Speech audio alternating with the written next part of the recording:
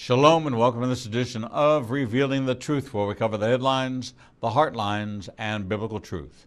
I'm your host, the Reverend Rabbi Eric Walker, and excited to tell you we won the battle. The Codist second edition is back out there in paperback and in Kindle. We're running a special $5.99 on the Kindle.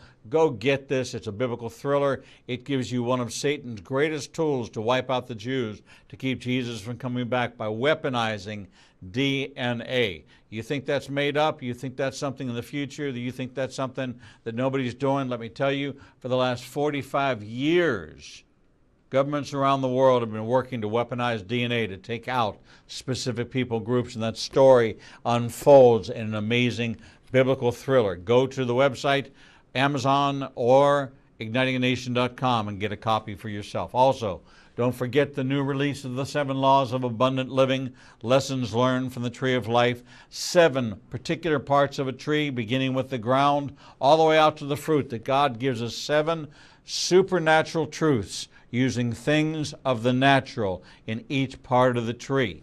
We're actually running a very special program that if you go to our Facebook site, Igniting a Nation, and just share a picture of these 2 books, just write shared, you'll enter into a contest and have the opportunity to win a copy of these 2 books free. I am especially delighted. First of all, one of my favorite hours of doing this show is our time with Rhonda Stoppe, the No Regrets woman. But today we're talking about the brand new release of her latest book, Real Life Romance, Inspiring Stories to Help You Believe in True Love. Rhonda Stoppe and the Rhonda Stoppe Hour. You know her as the No Regrets woman. For more than 30 years of experience as a marriage mentor, pastor's wife, author, and speaker, she leads women of all ages to live lives of no regrets. Using sound biblical teaching through humor and honest communication, she teaches women how to apply God's Word to living boldly through the power of the Holy Spirit. She has appeared on radio programs and has spoken at women events, MOPS groups, and homeschool conventions around the nation. She's the author of Moms Raising Sons to Be Men, which mentors thousands of moms to guide sons towards a no regrets life, and the very famous book, If My Husband Would Change, I'd Be Happy, and Other Myths Wives Believe, helping countless women build no regrets marriage. And her latest book is Real Life Romance. She lives in California with her husband, Steve. We'll refer to him as Stoppe. They have 4 adult children, 8 great-grandchildren. You can visit Rhonda's website at www.noregretswoman.com for resources on love, marriage, and parenting. She's active on Facebook and on Twitter. Look for Rhonda Stoppe, just like we do, on the first Wednesday of every month at the 12 o'clock Central Time hour. Rhonda Stoppe, welcome to the No Regrets Hour with you. Rhonda Stoppe is our host. Thank you. It's so good to be back. I feel like there's been the snow last month, and I don't know, there was some Skype mishap the month before. I've missed you. We have missed you. This is one of our favorite times, and I am just so excited about this new project. Early on in the project, you sent me a video which was kind of a raw YouTube, about 15 minutes long, too long for me to even try to put a clip up. I was hoping we could kind of use a little, because we talk about your husband a lot. Stoppe is he's the rock, he's the cornerstone, he's the focal point, he's the example we always use, and we don't really get to meet him, but yet in this video we get to meet him, and it filled in a lot of blanks for me because I've known you now. We're going on our 13th month together, which is it's so exciting that we've grown to the point where we continue to expand and influence. But we got to see him and see him as dynamic with you in true love, true deference to you, as being, hey, I preach the gospel, man. I deal with the issues, the manly man issues. I'm the manly man, and I want you to know I'm the manly man. And this is my wife, and my wife will if she wants my opinion, she will tell me what it is, and she will tell you what it is at the same time. As a matter of fact, you and I will find out together what my opinion is. And only about things that don't really matter. Right.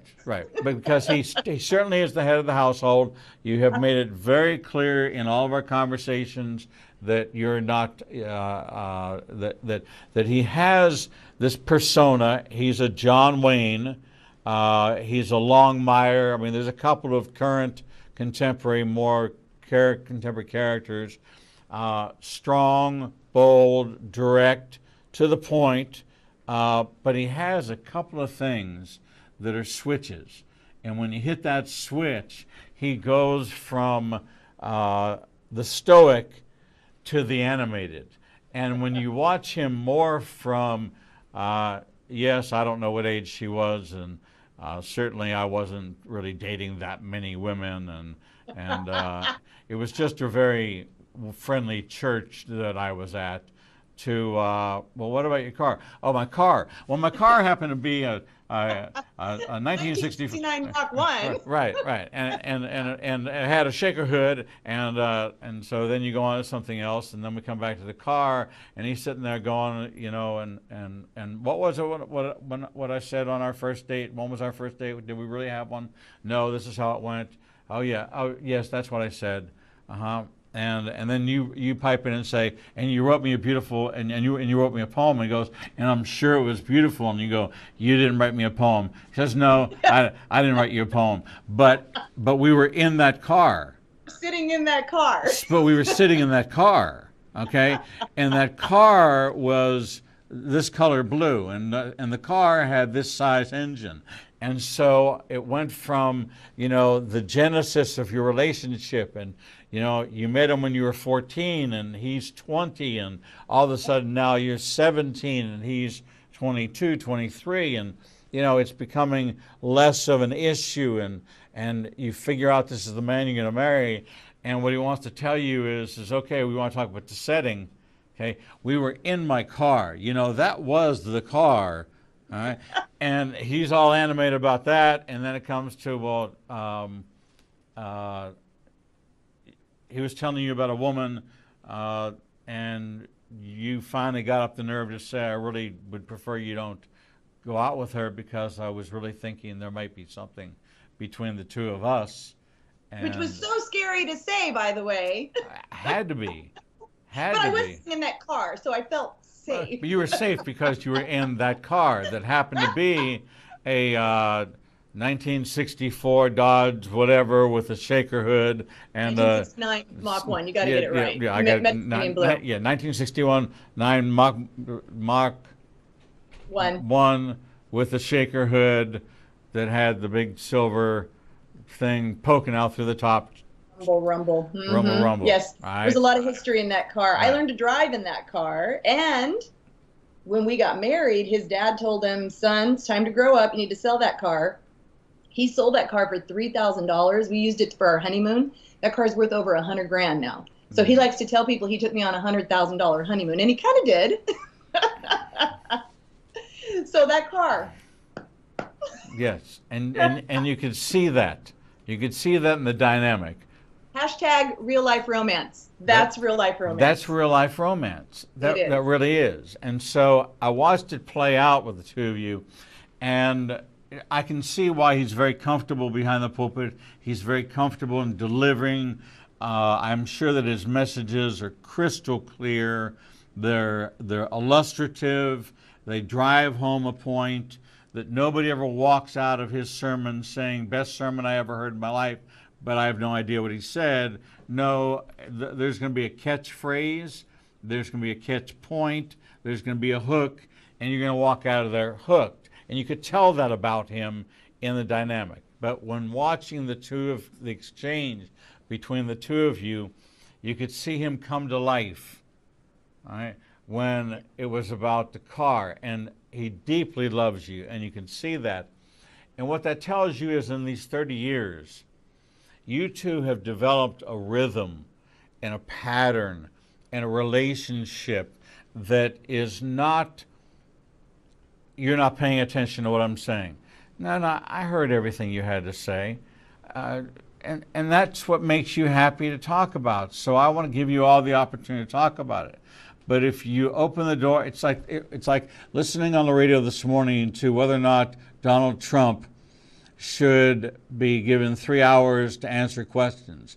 And they're afraid that if he answers a question and introduces one piece of information that is not in the question, that it'll open up another line of questioning. That's exactly what happened in this video. You were talking about, you were 14, he was this, he was new pastor, right? And he had a car, and boom, the minute you mentioned car, he said, "Oh yes, the car." And that's what, and that's when he, that's when he spoke up. And he was very deferential to you, and he left the talking parts to you until it came to the car. And you could see that you have found a rhythm. And in that rhythm, there's pure joy, because there was actually a period in 15 minutes, there was a period of several adjustments and corrections that an insecure couple would have said, "Man, you corrected me on the air. You corrected the date, you corrected the place, you corrected the environment. There's a lot of insecure people that said, 'Man, you really made me look bad.'" But in your dynamic, this is the dynamic of the marriage. And he says, the details aren't my job. They're not my role. Mm-hmm. I leave that to Rhonda. If she says it was 2 o'clock in the morning, it was 2 o'clock in the morning. Okay? I have no idea. I don't remember. It wasn't important to me, but it was important to Rhonda, and now that Rhonda says it's 2 o'clock, because I love Rhonda, I'm going to confirm. Well, of course, yes, it was 2 o'clock. Right? That's real romance. Real life romance, yes. And I will say, I always tell people, and my children will say this too, Steve Stoppe is the kindest person I have ever known. I just had, my youngest daughter just had her 7th-year anniversary. She has a 2-year-old and a 1-year-old. And they went away for the first time. They left their babies and went away for their anniversary. And so we had the kids. I had a speaking engagement scheduled on Tuesday morning. And so I left the 2 babies with Steve. And he was sending me pictures of him snuggling on the chair with them, watching cartoons and, you know, their little pasties. And you know, it's funny because as the years go by, romance means something different. And when you're young and you're in that Mach 1 and you say something and he says something and it's just so poetic or not, and you hang on his every word hoping that it's going to somehow, you know, light that fire of romance in your relationship. And it's interesting, before we're married, boy, we throw that guy a bone. Like anything he says or does, we interpret it as romantic. But after we're married, we sometimes don't realize him getting up and washing the dishes so that I'm not so exhausted by the end of the evening to spend time with him. That's romance. And if you're a husband listening, that's real life romance. So as I saw Steve yesterday, and I was gone for about 5 or 6 hours, and he took care of these babies without batting an eye, didn't care. And when I came home and just watching them, my granddaughter, who's 1, her name's Kenzie, she finally, for the first time this weekend, said, "Papa, Papa." Won't say Nana, but said, "Papa." But that nurturing kindness that comes out in him, that's so romantic to me, to see that not just lived out in the way he treats me, but in the way he treats my kids and my grandkids. Now, if you're watching and you're going, well, my husband's not kind, my husband is not romantic, there is nothing that I can even find to say that was a romantic gesture. You know, it's stepping back and going, what was romantic to you when you were dating? You know, maybe it was, drop everything, let's run to the beach, you know, and now it's, oh, he's irresponsible. But before, it was romantic, or whatever that thing is that drew you to him. You know, the Bible says the way we stay in love is to think on what is good, right, honorable, praiseworthy, think on these things. And when we get married, we lose our romance because, number one, we forget to celebrate those things that were romantic when we were dating. And that's really one of the reasons I wrote Real Life Romance. This book, it's so much fun. It is just a compilation of love stories of ordinary people that found extraordinary love, and how God's sovereignty knit their lives together, and how their happily ever after looks so different in different stories. One, they lose a child, and how God brought their marriage closer together after that child was lost. Another, the woman is married to, she always wanted to be married to a pilot. She's married to a pilot.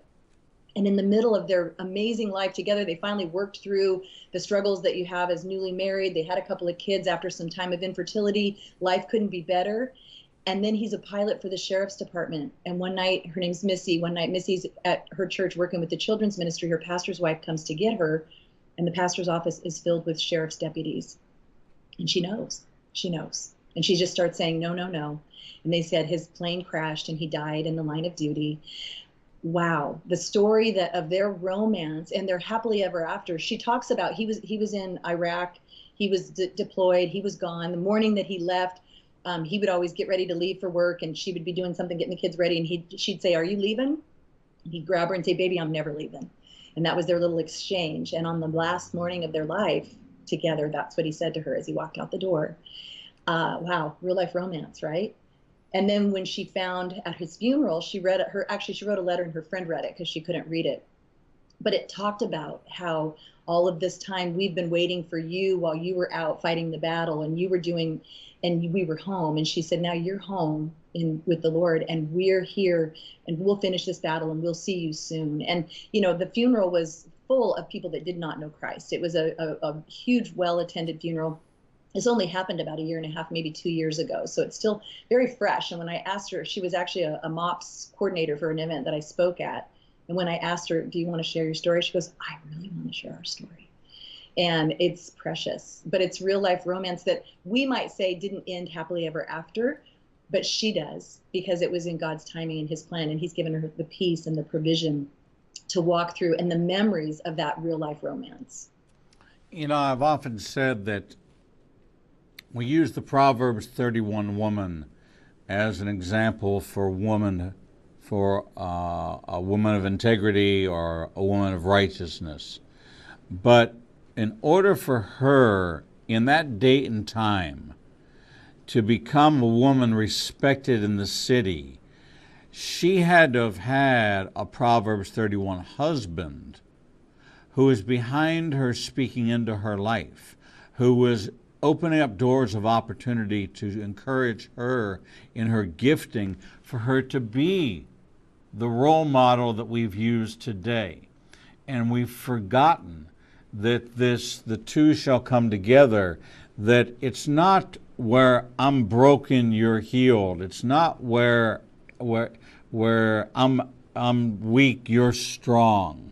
No, it is finding that place where you can continue the romance, because romance is redefined. Romance matures with maturity. And what you've done, and I love the way you present this, it is not a marriage advice book. Nope, it's a fun book, actually. It is rejoicing in what romance looks like in these stories, and then challenges you to say, listen, it doesn't matter, 10 years, 20 years, 30 years, 50 years, 70 years, doesn't matter. You can have your real life romance story if you'll just look at it through this lens. And this lens that God gives us is his word. In his word, he tells us about how he is always wooing us. He's always drawing us back to him. 2 Samuel 14:14 is a verse that, as you know, I'm very literal Word of God. If it's written this way, if I'm going to use God's vocabulary, I'm going to use God's dictionary. I'm not going to go outside his word to find out what he means. Right. In 2 Samuel 14:14, he says, like water falls to the ground and does not return, we all must die. But God does not desire that. He devises ways for those who are estranged from him to return. Meaning, while we're sleeping, he's looking after that wayward child. While as parents and moms and dads and older people, everything we do seems to be relative to our children, to our grandchildren.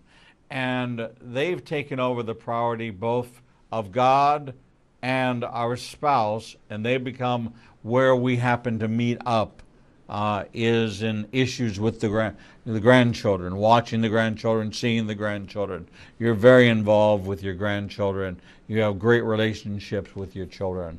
But you've never sacrificed any of your relationship with Steve in these latter years. The Rhonda development years, we'll call those the RDYs, the Rhonda development years, where it was, that's enough about me, what about me, Rhonda? You've morphed into realizing that romance is getting excited when Steve gets excited talking about his car. Okay, 15 minutes you're talking about you and how this relationship developed, and he's not excited. Okay. And I will say this, he's real uncomfortable on camera, so he was a little bit reserved. Right. But when it came to his car, yes, he was animated, and he was moving, and his hands were moving, and he was involved, and was talking about the love of his life, Rhonda. And so the person would say is, man, that guy loves his wife a whole lot more than loves his car a whole lot more than he loves his wife. Okay? You know, if you were to take a look at that snippet, okay? But knowing what I know, and knowing what I know about him, and knowing what this car became in your marriage, that the selling of the car and the honeymoon and all the stories surrounding the car, it was a part of his identity. He should be allowed the freedom to be animated about it. And when he did it, you're still on camera, and that was your laughter, that was your joy to watch him get excited, right? That to me was one of the most romantic 15-minute clips I've ever seen, because I know the players, all right, and I know you and your style, and I've gotten to know him as John Wayne, strong, the snake killer, the spider killer, all the videos you put out over the years. But to say, as you do, and to make the point that this is a story of ordinary people, no different than the Bible is the story of ordinary people who found extraordinary love. And it becomes an encourager. It becomes not something to compare yourself to. And I want to make that really clear. This isn't for you to read this and put it on the bedstand and say, I have an awful marriage. No, it's advice and counsel of how, hey, if this is something that you see that you want, what's keeping you from having it? Who's in your way? What order do you need to reorder? You put God down here, let's get him back up there. You took him out of the equation, let's put him back in the equation. Every one of these stories has a God component to it. And that's what really makes it, because we serve the God of romance. He created romance. And in this real life romance, inspiring story to help you believe in true love, you have to answer the question, do you believe in true love? Because you cannot be a Christian. I would say that right now. If you don't believe in true love, you cannot be a Christian. You cannot believe in a God that loved you so much that he sacrificed his son for you. You cannot believe in the one who allowed himself to be put on the cross if you don't believe in true love. Then you cannot be a Christian. That may sound harsh to somebody out there right now. And the thing that's interesting is Jesus said the protos, the priority of life, is to love the Lord with all your heart, soul, mind, and strength. And the second command is to love your neighbor as yourself. Yes. We want to jump to the loving your neighbor as yourself. You know, I'm going to try harder, pull myself up my bootstraps, be a better wife, love my kids better, love others better. Or if they would do this, this, and this, I would feel loved better by them. But if we don't first follow the first commandment, the first component is to love God with all of our being.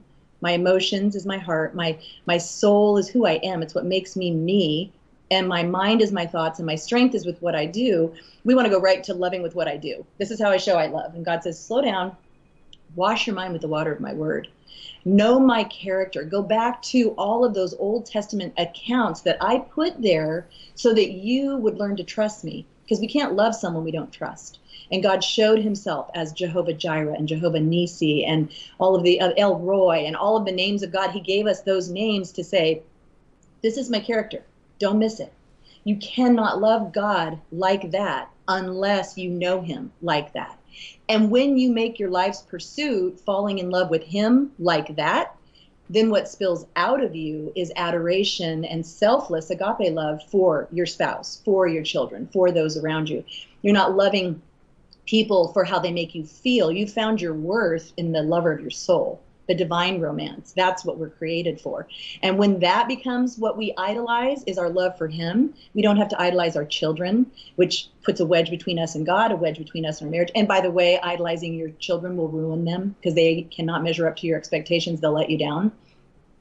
And we cannot idolize a love relationship. A lot of times people are not in a romantic relationship, so they start thinking, I'd be happier if I'd married that guy from high school. I'd be happier with someone else. And that's Satan's lie, to get in between our minds and to cause us to believe a lie.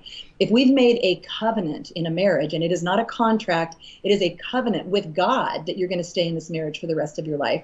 Some people might be watching today going, yeah, my husband's so not a romantic. Steve and I wrote our own wedding vows, and that was like pulling teeth to get this guy to do that because he's not a romantic in that way. But he says, romance is hard for me. And when I try to think about doing something romantic, I feel like a deer in the headlights. So if I do something and it doesn't measure up to my wife's expectations, it's going to be a long time before I try again. So be keeping that in mind. But also knowing if you're sitting here and you're going, my relationship's not that, or it's not what I had hoped it would be. Everyone thinks that. Everyone expects this storybook happily ever after. It's the marriages that you see that you want to emulate. It's because they've decided to do the hard work of loving God completely and then letting his love their spouse. And then there is real life romance that comes out of that. And we can talk more. I think we have to take a break, right? So we can talk more about that after the break. We are going to take a break. We're talking with Rhonda Stoppe, the No Regrets Woman, and author of the newly released book, Real Life Romance, Inspiring Stories to Help You Believe in True Love. When we come back from break, we're going to talk about how Rhonda herself changed from looking at her husband through her own eyes to looking at her husband through God's eyes, and what she saw and how that changed her marriage into a marriage of romance, and how it can change for you, and why each one of the stories in this book talk about seeing our spouse as God sees them, not as we see them. We'll be right back. Shalom. I'm the Reverend Rabbi Eric Walker, Executive Director of Igniting a Nation and host of the daily TV program Revealing the Truth, seen live every Monday through Friday from 9 a.m. to 1 p.m. Central Standard Time at www.ianbn.com, and then replayed throughout the day and night via our website. All of our segments can be seen on the Igniting a Nation YouTube channel.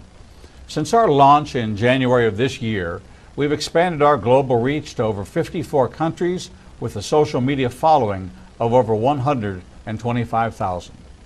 Our commitment is to bring you the most in-depth interviews with authors, subject matter experts, and thought leaders from around the world. We have interviewed guests from Israel, Brazil, England, India, and all across North America. All of our authors are featured on the Books and Media page on our website, www.ianbn.com. There you can find a direct link to the book you want to order, and we receive a small commission directly from Amazon. There is no cost to you for this service. In addition to our daily teachings and interviews, we make available to you the archive of all of the interviews on our YouTube, Facebook, Twitter, and Instagram channels. Our live program is available from our homepage, and there is never a charge to you for any of this access. We made the decision long ago that we would remain a commercial-free resource that would not be influenced by any pressure from any outside company. There are only two ways that we are able to continue to operate this ministry and provide you with the only live 4-hour daily Christian television talk show program. The first is through your support and tax-deductible contributions to Igniting a Nation. These can be made directly through the donate button on the website or sent through the mail to Igniting a Nation, 2700 Corporate Drive, Suite 120, Birmingham, Alabama, 35242. The other way we support the program is by offering you a unique opportunity to have access to over 10 years worth of teachings on a subscription basis. The teaching archives contains all of my prior sermons, Torah studies, prophecy in the news videos, and much more for the low subscription price of $5 per month. This subscription grants you unlimited access to over 800 hours of content not available elsewhere and is updated weekly with the most current prophecy classes. In addition to 20 hours of original TV programming each weekday, we invite you to join us live every Monday, Tuesday, and Thursday evenings for our Prophecy in the News classes. The times and locations are listed on our events page on the website www.ianbn.com. Every day, you and I are faced with the challenge of where we will go to hear the truth. We are committed to bring you the only program of its kind that covers the headlines, the heartlines, and biblical truth. We cannot do this without your support. Since we launched on January 5th, 2017, we have aired over 300 individual teachings, interviews, and commentaries not available anywhere else. We are now working side by side with almost every major Christian publishing house to bring you the most in-depth feature interviews possible. Our 1-hour features address every subject that affects the believer's life. We are hearing of salvations from the Middle East, Africa, and all across the United States. Lives are being changed every day, and we have only just begun. Our mission is to become your trusted resource and grant you access to the people, tools, and information you need to grow in your relationship with the Lord. You can help us by liking us on social media and through your financial support. We know you have many choices in who you support, but we are prayerfully asking you to consider helping us keep revealing the truth, true to our calling, to cover the headlines, the heartlines, and biblical truth like no other program available. Donate today and help us bring the message to the four corners of the earth. Visit www.ianbn.com and donate, buy a book, or subscribe to our teaching archives. Without you, we do not exist. Shalom and welcome back to this edition of Revealing the Truth, where we cover the headlines, the heartlines, and biblical truth. I'm your host, the Reverend Rabbi Eric Walker, and delighted to have my partner, my co-host for the No Regrets Hour, Rhonda Stoppe, talking about her new life book, her new real life book, her new book entitled Real Life Romance, Inspiring Stories to Help You Believe in True Love. Rhonda, welcome back to the program. Thanks. Good to be back. You know, when we went to break, I talked about the early Rhonda years that you have allowed us to see, which was, you've stopped. You've won this princess. Come on, big boy, bring it. Okay, the white horse, the knight in shining armor, the jewelry, the great life. This is, here's my list of expectations. You can start from top to bottom. It doesn't really matter. They're all really, really important. So it doesn't really matter. And by the way, there's 4,000 pages.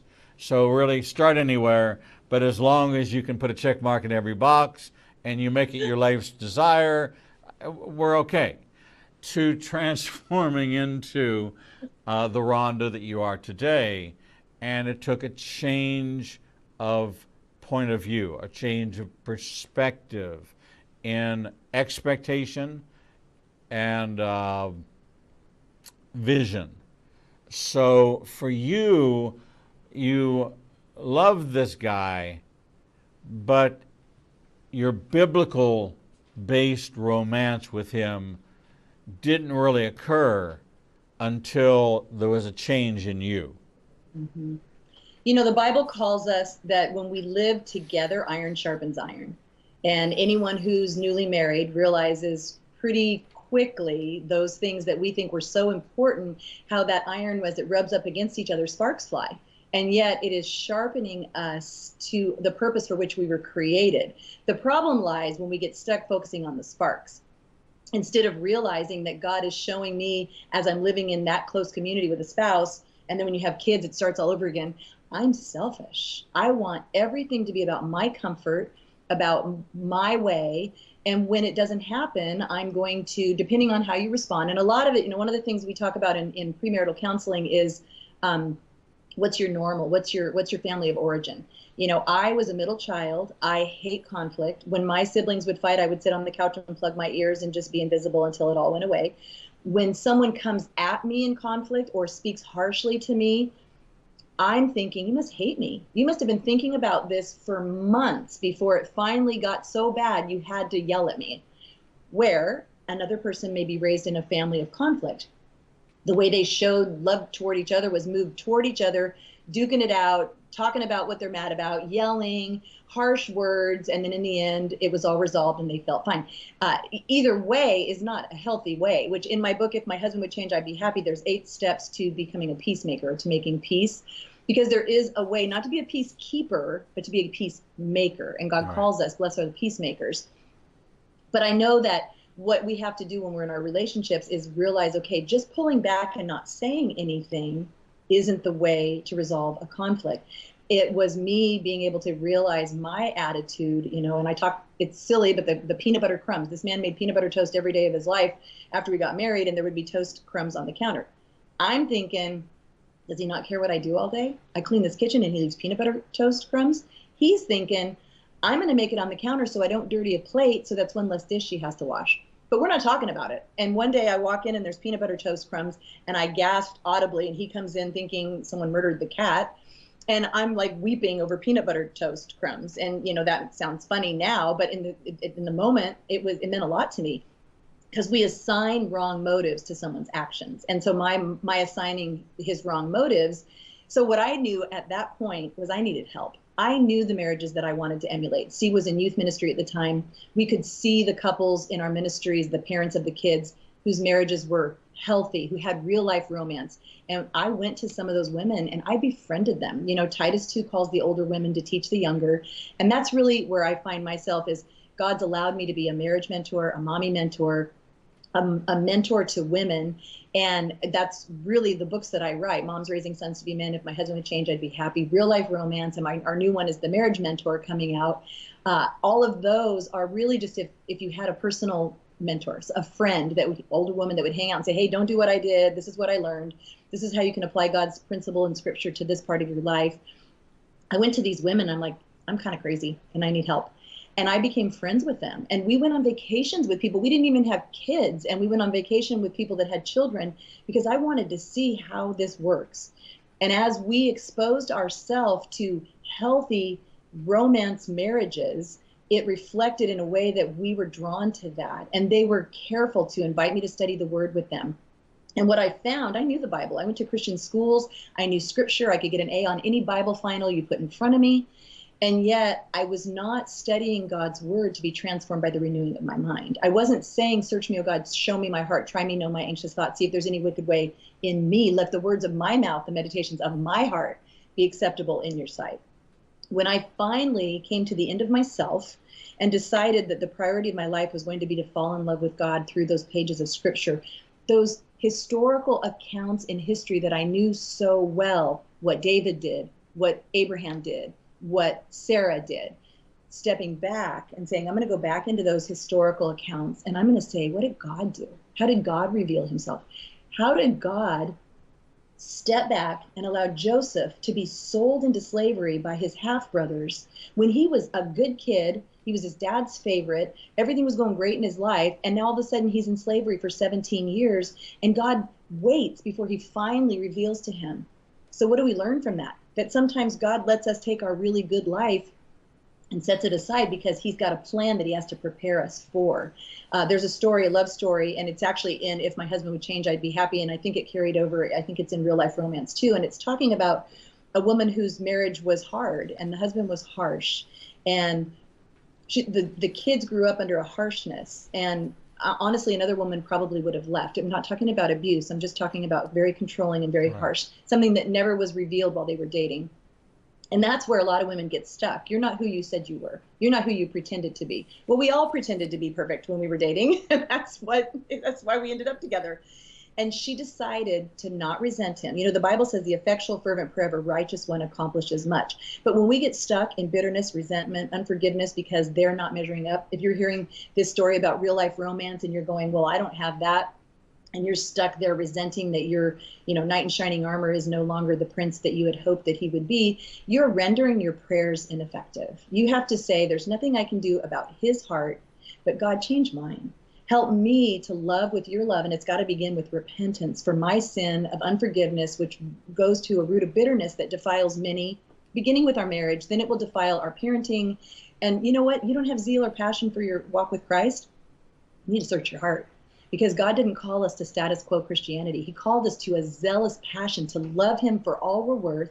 And then that love will spill out and we will proclaim the gospel. We will live in a manner worthy of our calling. We won't miss what God saved us unto good works that he ordained in advance that we should walk in them if we keep our eyes fixed on him, the author and finisher of our faith, instead of looking to that guy or whoever that's letting us down. And this woman, she's raised amazing godly kids, back to her story. And she told me this one time. God let Joseph be sold into slavery. If my kids needed to see me love my husband with God's selfless, forgiving love to mold their character so that he could raise them up to be the godly leaders of their families that they are, I'd live it again. I'd do it again. See, our mentality is I deserve to be happy. I deserve to have an easy life. And if you're not giving it to me, you're not measuring up to my expectations, somebody else will, and I'm out of here. But Malachi says, remember the wife of your youth, that you will produce a godly seed. There is, parents will throw themselves in front of a moving train for their kid. They'll put them in every sport, ballet, whatever it is to keep them out of trouble so they're good kids and they pass their SATs or whatever. We'll do anything for the sake of our children, but we won't stay in a marriage, or we won't emotionally stay connected in a marriage that's not satisfying. And yet, the healthiest kids are raised in a marriage where they know mom and dad are secure in their relationship with one another. What's so interesting about you using the example of Joseph is the lesson that was being brought forward in both the story of Joseph and the story of Daniel are similar in the fact that while your dream is marinating, go get behind somebody else's dream. So 17 years before the cupbearer and the baker even approached Joseph and used the word dream. It's 17 years before there's any mention. First of all, God was the architect of the dream. Therefore, God must be the finisher of the dream. He is the author and the finisher. You don't play a part. Your job is to just show up every day and do what you're supposed to do. Joseph couldn't lay his hands on it to manipulate it. And it was some 25 years before the actual dream came true in Genesis 50, where his brothers lay prostrate before him as the dream was given. Okay? Oh. Joseph put his shoulder to Pharaoh's dream. Daniel put his shoulder to Nebuchadnezzar's dream. And once they had accomplished that, they had demonstrated their trust that God didn't need their help in making the dream fulfilled. While their dreams were marinating, go get behind somebody else's dreams. You know, wives, you have a dream for your life and you're in a marriage, but your husband has a dream and you don't see your dream manifesting. You know what? Put it on the shelf. God gave it to you. He's responsible for fulfilling it. Put your shoulder, get behind your husband's dream. Or husbands, God's given you a dream. Okay? He gave it to you. It's as clear as it could possibly be. But things aren't lining up that way. Your wife has a dream. Well, get behind her dream, or your church's dream, or a minister's dream, or a ministry, while your dream is marinating, because if God gave you the dream, He's responsible for fulfilling it. All you have to do is be where you're supposed to be at the time He's ready to pull the trigger. And it's so much of how romance is supposed to be. How do you fill the void when the flowers don't come anymore, and the Valentine's Day pass, and the anniversary passes? What do you do? All right? We have become a world where we're dependent upon the response of our partner, and we've assigned all value to how they perceive and receive. Why can't I just be the man God created me to be? And if I am a flower giver, let me give flowers. And if I'm not a flower giver, I'm a poem writer, then let me write poems. And if I'm neither, and what I do is I get up early on that morning and I clean the house, or I go and I get the car washed and I get the oil changed, I get the tires rotated, and I take care of getting all the little things done. All right? But there's no big card, because I don't think like that. But I took care of the mundane. I took care of the burdensome, and I took care of all the little things. I took care of the thumbtacks. I didn't take care of the army tank. I just picked up the thumbtacks. Be yourself and find romance in that. And I think as a wife, you have to find the romance in that, because we all have a love language, right? And Steve's love language is acts of service. He is a servant, and he serves his family well and joyfully, and he will, give up whatever his comfort is to serve his family. Example, he gets up every morning before me. He washes the dishes in the sink, and he makes coffee. When I get up, that's our time. That's our date time, is we have a pot of coffee together and we hang out. My love language is words of affirmation. Mm-hmm. So if I'm sitting there waiting for him to affirm me with words, and there's times I'm like, does this look pretty? Do I look okay? How about, because I get insecure, even, you go through menopause and you get older and you're like, hey, is it still getting it for you, buddy? But you have to be able to ask for those words of affirmation. But I also have to be able to interpret his love language is service, and he has just written me a poem by doing those dishes, by making me that coffee. He makes dinner at night. He's a pastor. He doesn't get home till 9 or 10 at night. Half the time I'm home, I wait to eat till he gets there, and he'll make us something for dinner. That's a love language. Now, again, if you're listening to this and you're going, oh, my husband would never do that, don't assign what's my husband's acts of service as romance to me. You have to step back and say, God, show me with your eyes. Let me see his whatever it is through your eyes as his acts of romance, and then be willing to thank him, be willing to admire him in doing that. You were talking about supporting a dream. The Bible talks about it's God who works in you to will and to do his good pleasure. As we just keep our eyes on him, he gives us the want to, the unction. And I remember when it was a million years ago, when Steve and I were newly married, we were living in fixer-uppers in the Bay Area, San Francisco Bay Area, super expensive housing back in the 80s. So we would move into a house. We could have had a show. Back then, there were no shows. If I'd have known, we'd have had a show. And we would live in one room of the house, and we would gut it and redo it.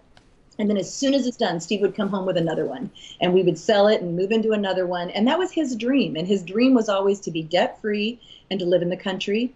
And somewhere in the recesses of his heart was to be in full-time ministry. And I wanted that for him. And we prayed, but he was in construction. We did youth ministry bivocationally for years and years and years, like 18. But he wanted to be debt free and he wanted to live in the country. And one day he comes home and he said, I found a ranch, and it's up above the San Francisco Bay Area.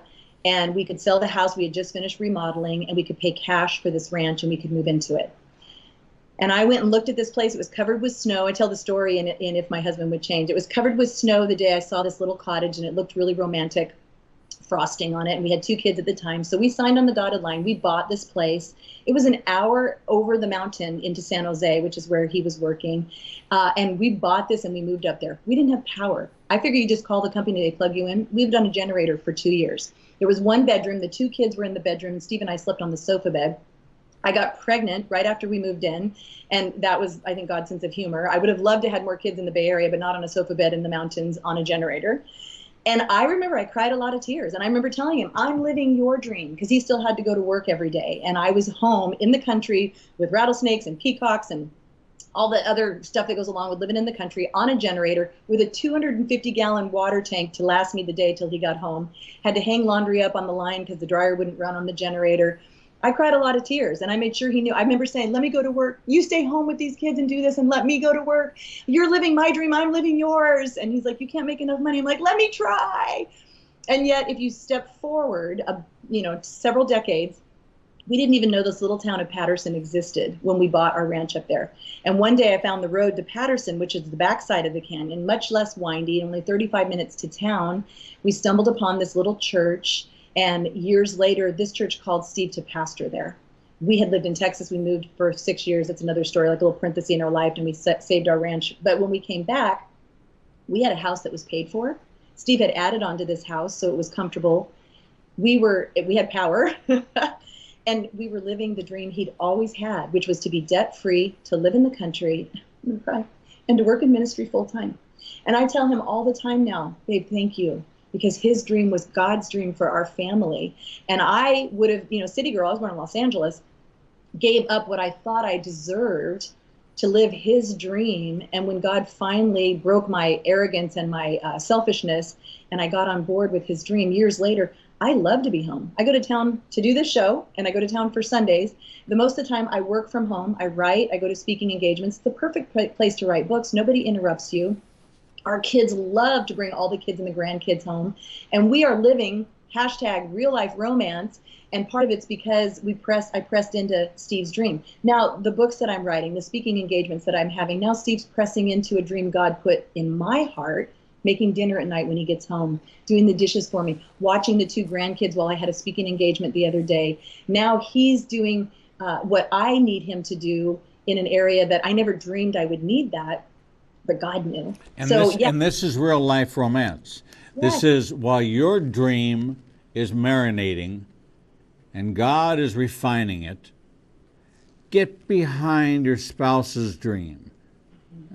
It's not a competition. It's not a competition. And when God is ready to turn the tables, to change the model, he'll change the model. But he's called you to put your shoulder to another's dream, because why should he give you your dream over this person's dream? And why should you be the one to decide whose dream gets fulfilled?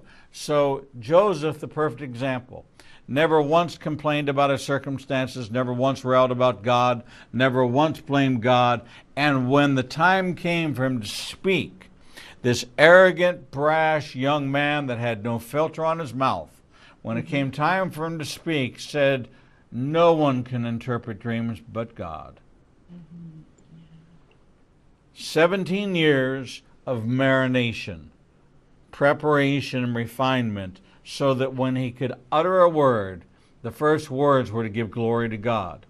Wow. Nothing could have happened in those 17 years, okay, if Joseph had spoken, reeled, even in the Potiphar's wife, rose up to vindicate himself, bring on a defense counselor, fight the battle. No, he took the punishment and he went down and he became the captain of the guard of the prison and was where God wanted him to be. That is the romance that God is saying in marriage. Do it my way. Okay? You come in with your agenda and your list and your checkbook. You and do manipulation. Manipulation, big time, right? Which is witchcraft. Right. Well, and I remember when my youngest daughter was getting ready to graduate high school. And before that, when we had moved back to California, God put in my heart clearly I was going to lose her if I was gone speaking every weekend at women's events. And I pulled in and I said, I will wait. And I remember driving to town the year she graduated, which is almost 10 years ago now, weeping, saying, God, I don't know what to do with myself now. I don't know what you have for me, but I'm ready and I'm willing and I have time. What if I had pressed, like you said, Joseph had that dream, but he waited. I waited and I didn't lose my daughter. She's a part of my ministry. She's married her and has her own real life romance with a godly man that they serve as the college pastors in our church. It's that, when Moses said, if your spirit doesn't go with us, we're not going up from here. And I think that's the most important thing, is to wait on him. One more thing real quick about this. It's a great book for singles because it helps singles who think they have to find their divine romance or their romance. You keep your eyes on God, and he will sovereignly orchestrate you with someone, and he'll put the same dream in your heart to serve him together.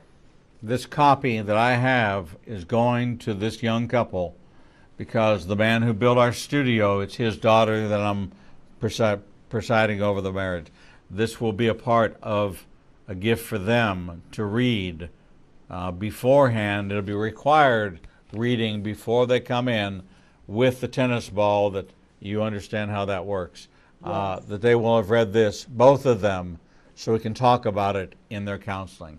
Rhonda Stoppe, we love you, we thank you, we appreciate you. We can't wait to see you right back here next month on the first Wednesday of the month of March. And real quick, Steve and I are going to be on Focus on the Family, and I will put the link to that show on noregretswoman.com. We're on Focus the end of February. Excellent, and we will forward that out as well. Thank you so much. God bless you. And tell Steve it was great to meet him. I will tell him. Thank you. God bless you. All right, and that brings to an end our live broadcast day, but that doesn't mean we go off the air. We broadcast 24 hours a day, 7 days a week. And if you like this segment, and you can watch it again, because we rebroadcast this segment and all of our segments 5 more times before tomorrow when they go over to our WND-TV feed and our YouTube channel. So until we see you back here tomorrow morning at 9 o'clock, we bid you shalom.